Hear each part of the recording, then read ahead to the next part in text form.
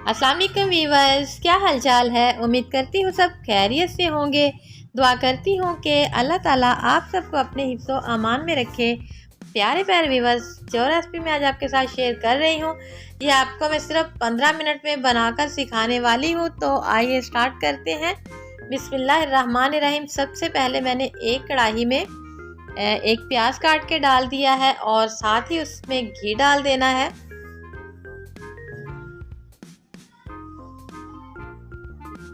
आप चाहे तो ऑयल भी यूज़ कर सकते हैं। जिन घरों में लोग ऑयल यूज़ करते हैं वो इसको ऑयल में भी बना सकते हैं। और इस पे मैं थोड़ा देसी घी भी ऐड करूँगी, वो आपको मैं आगे चलकर बताऊँगी कि किस टाइप पे हमने देसी घी इस पे ऐड करना है। और प्याज हमारे हो चुके हैं ब्राउन। इसको मैंने मीडियम फ्लेम पे बनाया है और साथ ही इसमें मैंने हरी मिर्चें और अदरक लहसुन का पेस्ट है वो इसमें ऐड कर दिया है।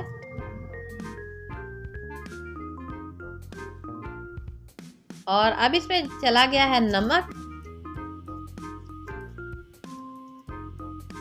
नमक डालते ही इसमें मैंने जो आलू वॉश करके रखे हुए थे वो डाल देने हैं।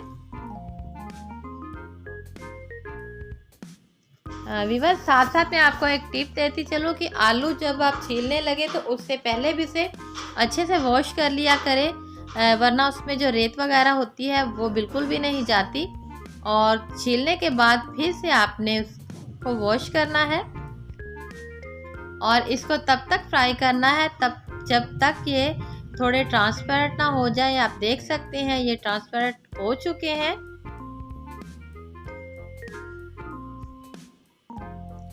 और अब इसमें पानी डालकर इसको हम कर देंगे कवर 5 मिनट के लिए। 5 से 7 मिनट में ये सॉफ्ट हो जाएंगे।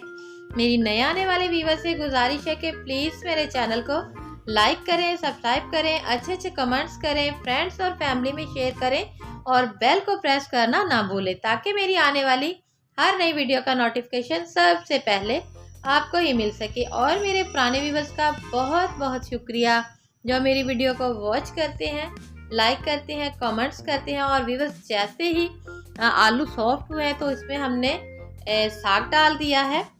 ये साग मैंने पहले से बना के रखा हुआ था। तो इसी तरीके से ये जो रेसिपी है ये झटपट रेडी हो जाएगी। जब भी आपका दिल साग खाने को चाहे तो आपने इसी तरह से इसको फ्रीज़र में से निकालना है और आलू डालने हैं और 15 मिनट में आपकी ये रेसिपी जो है वो रेडी हो जाएगी। और आप देख सकते हैं कि इसको अब मैं हाई फ्लेम पे भून रही हूँ। इसका सारा पानी ड्राई हो चुका है।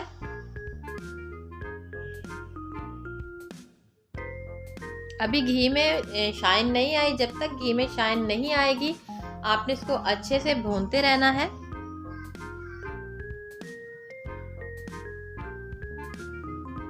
और व्यूअर्स, हमारी ये रेसिपी जो है वो बिल्कुल रेडी हो चुकी है।